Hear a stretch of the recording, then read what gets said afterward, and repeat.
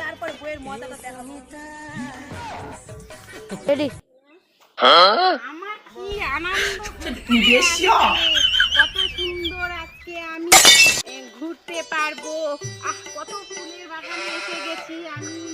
আমার বর তো বিদেশ চলে গেছে, আমি এখন ফুটিয়ে করব প্রেম। রেডি করো?